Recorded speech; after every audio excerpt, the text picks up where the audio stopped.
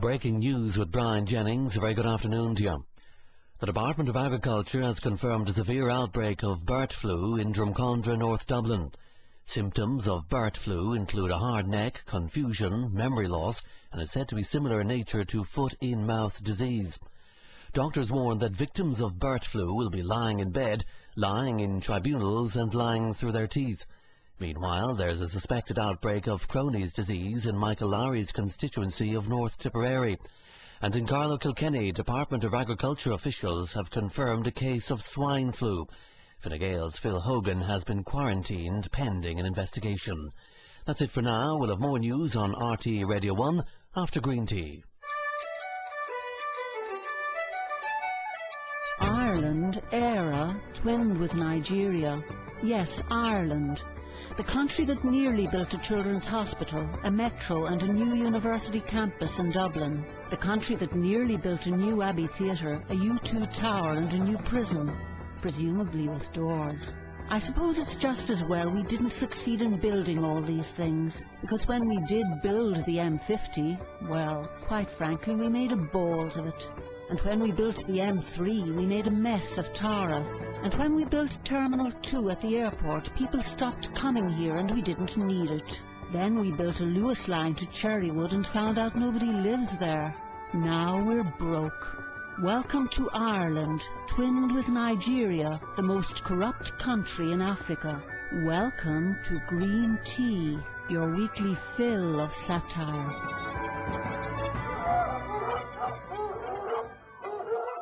Alright, listen up. Okay. I'm Deputy Marshal Phil Hogan and I'm in charge of this operation.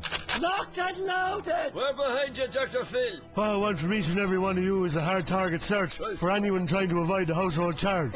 In every ale house, boarding house, crack house, doss house, bird house, farmhouse, greenhouse, hen house, ice house, jailhouse, king's house, lighthouse and bad house, nut house, outhouse, penthouse, roadhouse, slaughterhouse, tea house, upper house, vine house, whore house, your house, zoo house. Your fugitive's name is... Yes? Well, 1,132,643 citizens. Now go and get 'em. It looks like RTE is going to cut the pay of its most popular stars by nearly a third. They might even cut John Kelly's pay too.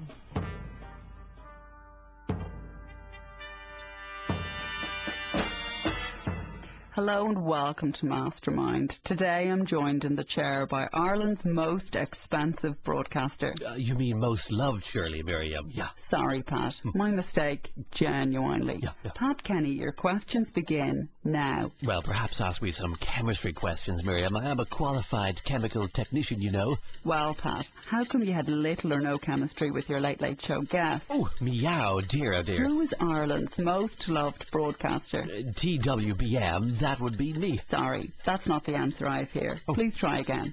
You, Miriam. Correct. Name a national treasure.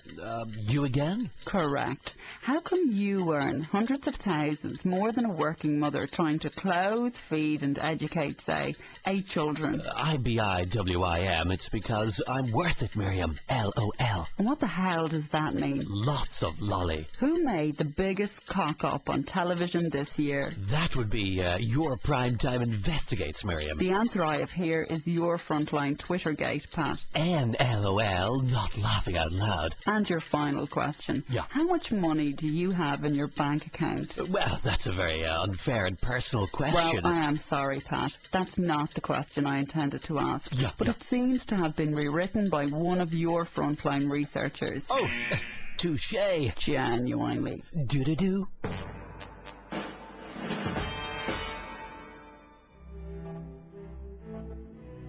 Michael Lowry is a hard-working, honest TD.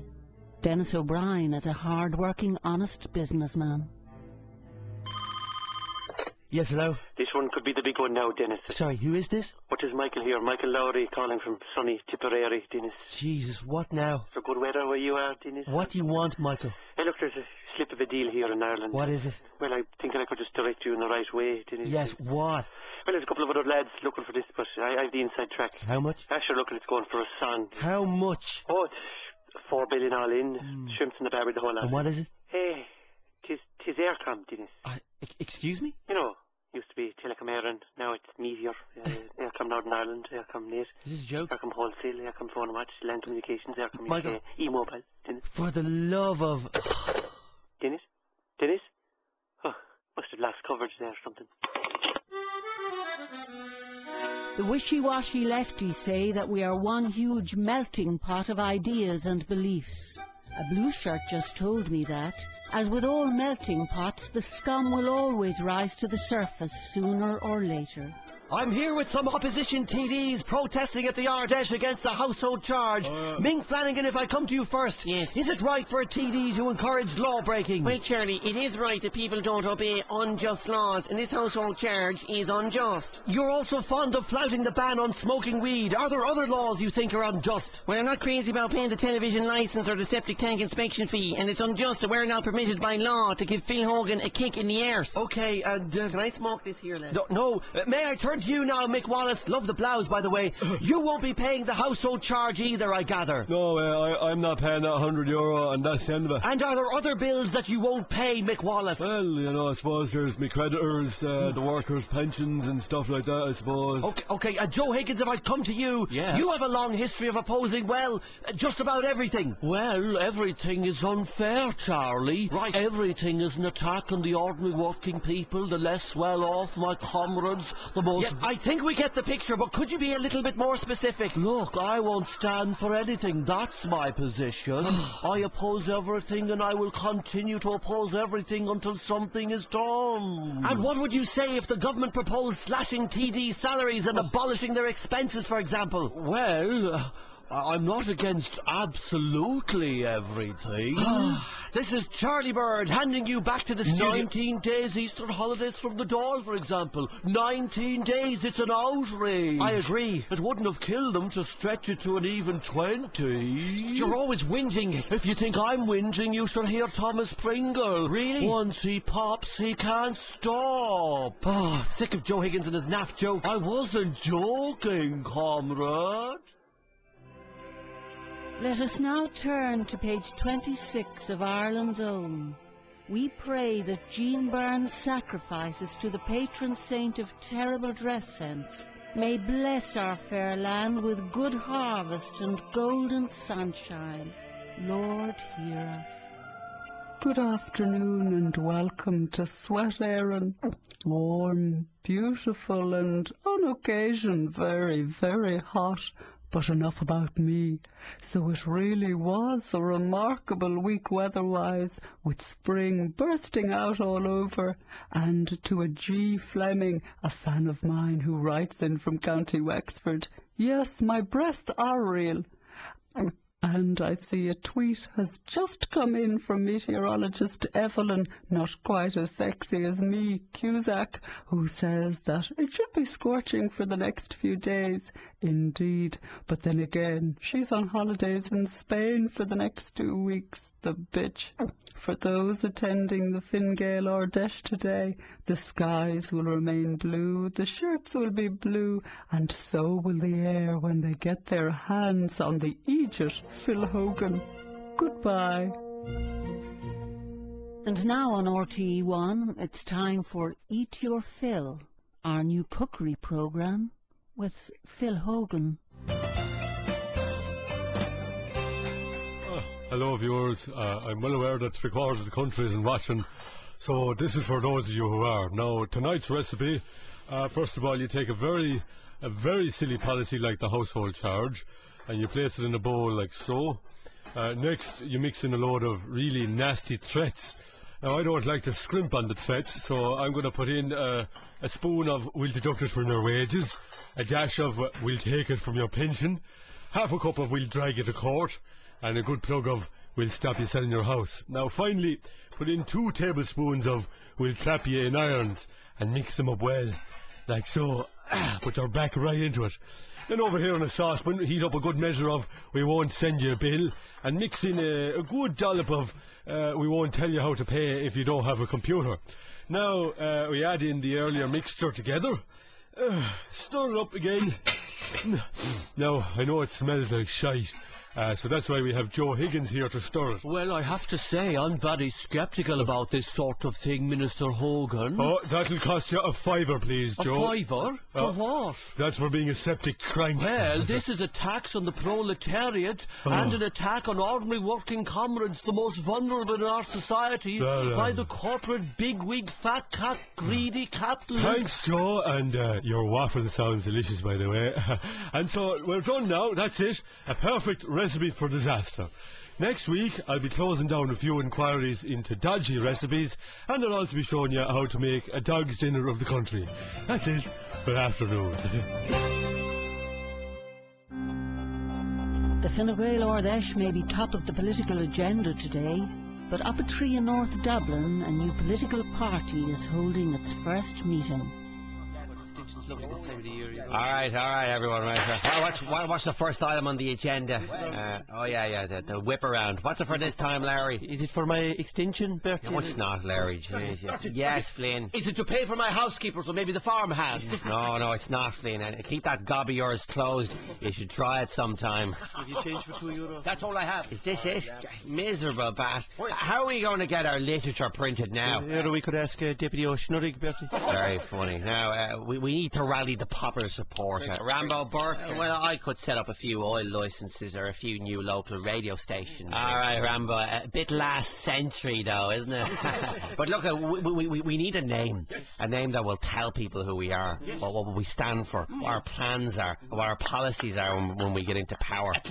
I think I know the right name in that case, Bertie. Oh, good man, Larry. Spit it out. I'm not sure we'll be allowed to use it, though. Just tell us what it is, will you? Okay, well, if we want people to know who we are and what we stand for, we should call ourselves Fianna Fáil. The real Fianna Fáil. Continuity Fianna Fáil, maybe? Look. No? I think it's time for another whip around. I think it's time we hired a housemaid. Yeah, we could set up a radio station for the prisons. Screw FM, Rambo. Beverly could look after our investments. Lads, who wants to play a game of cards on my extension? Nah, I'm going to the gym, Michael. Been done, gyms, I hope. It was a week when a pilot flying from New York to Las Vegas lost the plot and began ranting and raving, scaring his passengers half to death. Could something similar happen on a plane on this side of the Atlantic? Never. Good afternoon, passengers. This is your Captain Michael O'Leary speaking. Welcome aboard Ryanair flight FR666 from Dublin to Paris, Brittany. Flying time today is 90 minutes, but before takeoff, we'd like to show you some safety features on our plane. If you want a life jacket, they're 20 quid. In the event of loss of cabin pressure, if you want oxygen, simply put €5 into the slot if you want your mask to drop down. You in 12A, are you listening to me? Yes, I am. That'll be €10 for the safety demonstration, sir. I don't do this for nothing now. Well, lads, at least he's not charging to get into the toilet. Of course I'm not. What do you think I am? Would it be all right if I went for a number 2 after takeoff? Certainly. But would you like to buy some toilet paper? 99 cents a yard. And you need a €2 coin to flush it. And another coin to unlock the jacks to get out. Scratch cards, anyone? Vodka baggies. Buy a vodka baggie now. Tossers.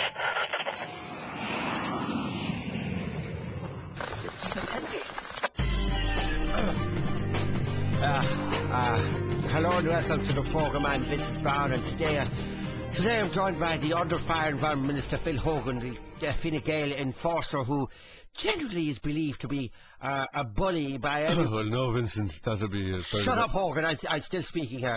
Introducing the Now, this is a man who, like a schoolyard bully bruiser, has threatened and browbeaten, harassed and terrorised the... Vincent, if you let me get me speak in here... I won't tell you again. Shut up, Hogan. He's a bully, a thug, he's a gouger, a potentially violent... This is haranguing now. You're haranguing me here. So help me, if there's one thing I can't stand, it's a bully. So shut it. Shut your mouth, or I'll shut it for you. That's it for the moment. China and RTÉ will be discussing the Easter Bunny. Shut up, Hogan. Judge was a character on Wanderley Wagon, and Judge John Gargle regularly falls off the wagon. A nice lynch barge. Yeah. Always good at the end of a busy day. Thank you so much, Judge Gargle. Don't mention it, Mr. Justice Hoot. I was very busy too. Had to skip 3 courses at lunch. Just the 5 then. Indeed, I'm famished. I'd murder a lobster. Isn't that against the law? No. Many good cases today. Had a chap up today for beating up an old lady. Terrible what goes on, really. Was it his old lady or... Gosh, no. So you can't be charged with that, can you? No. This was just a random old dear. I see, and did you send him away? Heaven, no. He was a nice chap. Only his 10th offence. Suspended the sentence, obviously. Oh. Give the poor fellow a chance. I had a chap up for shoplifting. Really? Did he steal much? 2 bottles of wine, actually. Familiar wine? Blue Nun. I hope you dealt with him, Hoot, my dear boy. I certainly did. 10 years, no leave to appeal. Good enough for him. Another glass of wine? Don't mind if I do, Gargle. Why not? The civilians are paying for it. Quite. Not robbery in my book. They pay for the book as well, don't they? Then we throw it at them.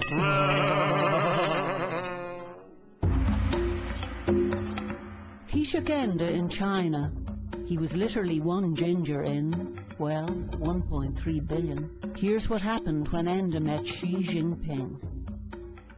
Well, Mr. Xi Jinping, I hope your people will enjoy the new chain of Irish takeaway restaurants around Beijing. I am certain they will. Of course, they will sell typical Irish food, yes? Oh, yes, absolutely. They'll serve the food all Irish people traditionally eat after a few beverages on a wet Saturday. Ham and cabbage and stew and pig's trotters, no doubt. Well, no, not exactly. I mean curries and chow mein, you know, kung po beef and stuff like that. Oh. But we are, of course, delighted that you're investing in Ireland and very much look forward to the new electronic factories you are planning on the island. They are very large, yes? Oh, very, but... I cannot see your butt. Excuse me? I cannot see why you say butt. We will employ 100,000 of your Irish people. No, I don't want you to pick me up wrong on this, but... Yes. You see, I think Irish workers will be hoping for the pay to be just a little bit higher and maybe the working week to be a tad shorter. I do not understand, Mr. Kelly. Well, $40 for an 80-hour week. I somehow can't see Jack O'Connor going for it, Mr. G. Who is this troublemaker, Jack O'Connor? Oh, he's the head of SIPTU, our biggest trade union. Mr. G? I think I have the solution. Oh, I'm glad to hear it. What is it? We will re-educate Jap at Labour camp. Labour camp? Feck that. I've enough trouble with O'Connor without letting Gilmore and Howland give him lessons on how to stir the shite. Oh. Feckin' hell. Feckin'? Now, could he interest you in a traditional Irish chicken ball with some curry sauce and fried lice? Also, Miss Kelly. You dirty thing.